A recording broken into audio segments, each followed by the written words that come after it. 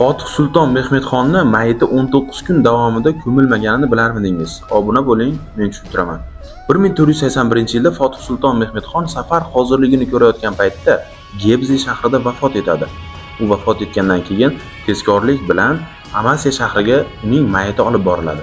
Usmonli shahzodalariga esa Sadri A'zam Posho xat yuborib, ularni poytaxtga chaqiradi. Usmonli qonunlarida kim birinchi poytaxtga yetib kelib taxtga o'tirsa, o'sha sulton bo'lar edi. Bundan keyin Usmonli shahzodalari o'rtasida juda ham qattiq tortishuv yuzaga keladi. Shahzoda Jem hamda shahzoda Boyazid o'rtasida janglar bo'lib o'tadi. Bu urushlar 19 kun davom etadi. Shahzodalar 19 kun davomida taxt talashib, urushib, o'zlarini otalarini ko'mishni esdan chiqarib qo'yishadi. Bu urushlar oxiriga yetgandan keyin taxtga o'tirgan sulton 2-Boyazidga Amasya shahridan bir xat keladi.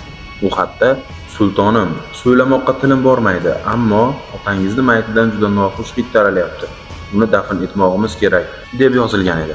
Bu maktubni olgan 2-Boyazid qalbida juda ham chuqur hasrati bilan, ming pushaymonlik bilan o'zini otasini mayitini Istanbulga keltirib, u yerda dafn qiladi.